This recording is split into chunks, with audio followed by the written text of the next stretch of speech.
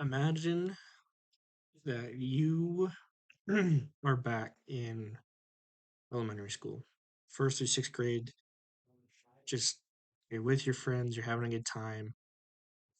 And specifically think to that time when you were in fifth grade and you're about to go to sixth grade, same school, you were excited, you were happy. Uh, now imagine if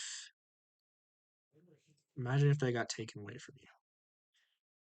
Imagine if you learned that your school was closing. And not only that, but it wasn't going to be rebuilt. And the people who made the decision don't even have children that go there. A very hard thing to understand as you're in the fifth grade, because now you're wondering what's going to happen to my friends, my teachers, the people that I know around the building. Turns out that the adults there, you don't know this, but the adults are going to be, they have to find their own way. They aren't going to be provided a specific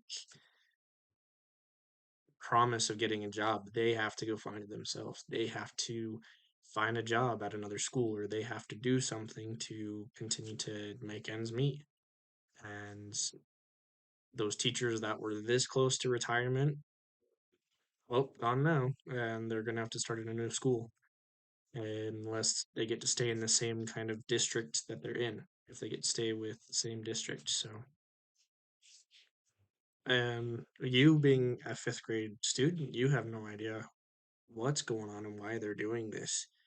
And now you've got friends going to a school farther away from you, and you've got friends going east to a school there, and they're going farther west, or they have to go north, or you've got friends who have to go now to like a charter school or something because their parents just they're trying to figure it out. Be pretty tough. And imagine if you were working at the school and all of a sudden you're told, well, you're not going to have a job next year because the school building's going to be closed, so we will try to help you out as much as we can. And imagine just having all these things happen. Well, now imagine being a parent of one of your kids, and now you have to figure out a new route, and you got to figure out where their new school is and how everything works. And you got a fifth grade student who has to transition schools twice. That's stressful. And not only that, but imagine hearing somebody by the name of just some person who's on the board who doesn't have kids young enough to go to elementary school tell you that it's being shut down. And this person isn't she she's just on the board, and then when they come, and as I did my research for this, in the KJZZ.com article that'll be linked, there was three options. It was to close the elementary school, move students to a nearby existing school; to close the elementary school, relocate students for a minimum of 2 years while a new school was rebuilt; or the third option was close the school, move the students, and invest in upgrades and renovations at other elementary schools. They did the third option, but also not only that, but now it's going to be extremely hard on students, and it's going to be a hard thing for them. And it was made by people who don't even have people who go to that school. And it was very tricky and a very hard thing to hear. And for me, it was very hard to hear because that's where I went to school. And that's where my little sister goes to school currently. And she's had a very lucky enough chance to have a pretty good transition, but it's still hard on her. And every day she says, I miss my friends. I miss my old school. I miss my teachers. It's a very hard thing. And to hear that this school was closing and the last thing that they got was just kind of a celebration until that was going on is a tough thing. And I went into the school when it was being torn down, and they left countless amounts of supplies, thousands of dollars worth of supplies, just sitting in this building.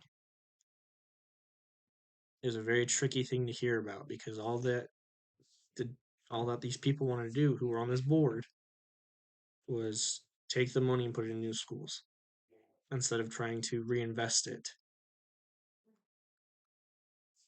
And it was a very hard thing to walk through this building, and it's a hard thing to listen to my little sister as she has to deal with the transition of going from sixth grade in a new school, and then she has to go to middle school now after this year.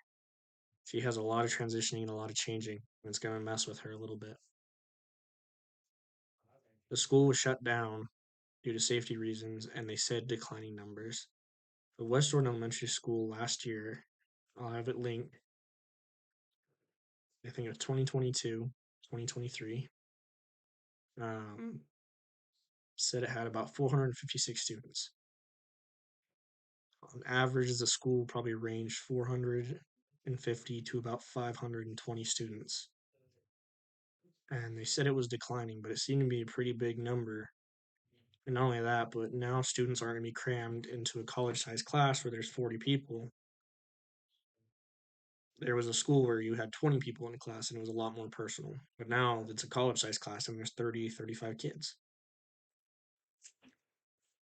Just take a minute to imagine how hard this would be on you.